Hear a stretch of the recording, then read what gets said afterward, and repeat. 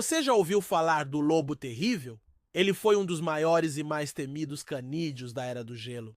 E agora cientistas estão tentando trazê-lo de volta. Neste vídeo, vamos explicar o que é a desextinção, como esse projeto está sendo feito, e se essa tecnologia pode mesmo reviver outras espécies extintas, como o mamute, o dodô, ou até mesmo dinossauros. Antes de entendermos como essa tecnologia funciona, precisamos conhecer melhor o protagonista dessa história selvagem. Quem foi o lobo terrível? O lobo terrível, Aenocyon-Dyrus, foi um predador que viveu nas Américas durante o período Pleistoceno, desaparecendo há cerca de 13 mil anos. Ele era maior e mais robusto que o lobo cinzento moderno, com mandíbulas poderosas adaptadas para caçar grandes presas como bisões e cavalos selvagens. Por muito tempo, cientistas pensaram que o lobo terrível era apenas uma subespécie do lobo cinzento. Mas estudos genéticos recentes mostraram que ele era, na verdade, de uma linhagem distinta que se separou do ancestral comum dos lobos modernos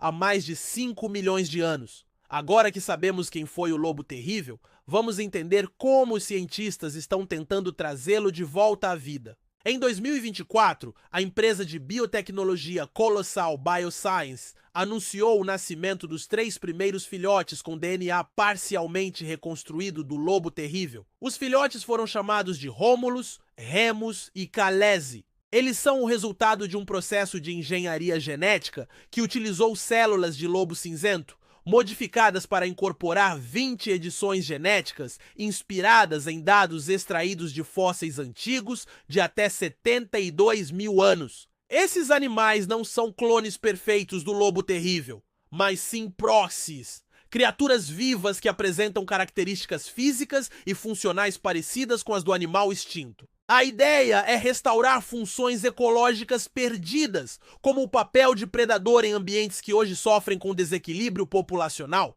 Mas será que esses animais podem realmente ser considerados lobos terríveis de verdade? Quão real é essa volta? Geneticamente, esses novos lobos são híbridos. Eles não possuem 100% do DNA do lobo terrível, mas uma combinação do genoma moderno e fragmentos restaurados. A ciência chama isso de desextinção funcional, ou seja, trazer de volta a função de um animal extinto, mesmo sem replicar o organismo original por completo. E se essa técnica funcionou com o lobo terrível, será que ela pode ser usada com outros animais extintos? E quanto ao mamute lanoso?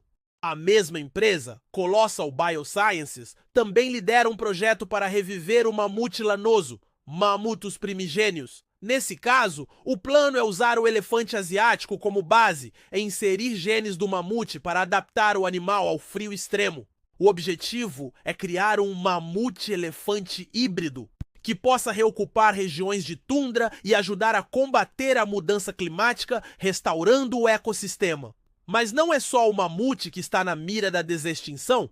E quanto ao dodô e ao tigre da Tasmânia? Essas espécies estão entre as candidatas mais promissoras para a desextinção por um motivo simples. Temos DNA mais bem preservado e espécies vivas bem próximas geneticamente, como o pombo de Nicobar no caso do dodô e o dunar para o tigre da Tasmânia. O desafio está mais na criação e gestação dos embriões do que na reconstrução do genoma. Agora, vamos falar dos favoritos da ficção científica, os dinossauros. Aqui a história muda completamente. Como os dinossauros foram extintos há mais de 65 milhões de anos, o DNA deles está completamente degradado. Até hoje, nenhum fragmento utilizável foi recuperado. Isso torna a clonagem ou recriação de dinossauros, como nos filmes, cientificamente inviável. Por outro lado, aves modernas são consideradas descendentes diretas dos dinossauros terópodes, o que abre caminho para experimentos evolutivos reversos em galinhas, por exemplo, como os chamados Chickenosaurs. Mas antes de nos empolgarmos com o futuro da desextinção, precisamos considerar os possíveis riscos e dilemas dessa prática. A desextinção levanta várias questões éticas. Será certo trazer de volta uma espécie extinta se o mundo atual é diferente daquele em que ela evoluiu? Esses animais teriam qualidade de vida? E qual seria a responsabilidade dos humanos por seu bem-estar?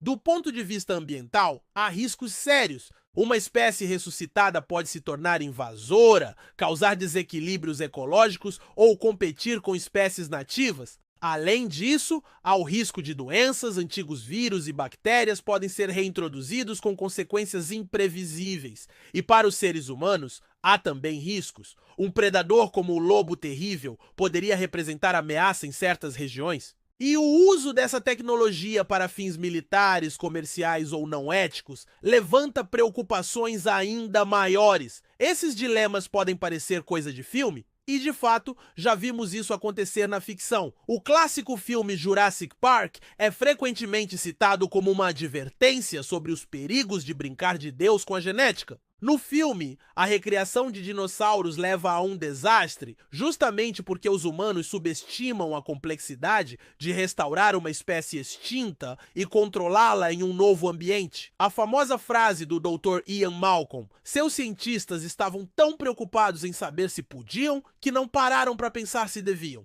Resume bem um dos principais dilemas da desextinção na vida real. Assim como em Jurassic Park, trazer de volta animais extintos exige não apenas tecnologia, mas também responsabilidade, planejamento e consciência ética. Apesar de todos esses desafios, o potencial transformador dessa tecnologia continua a fascinar cientistas e o público. A desextinção não é mais apenas ficção científica. Projetos como o do Lobo Terrível mostram que a biotecnologia está avançando rápido. No entanto, ainda há limites técnicos, éticos e ambientais. Embora seja improvável que vejamos dinossauros em nosso tempo, outras espécies podem sim retornar para reequilibrar ecossistemas.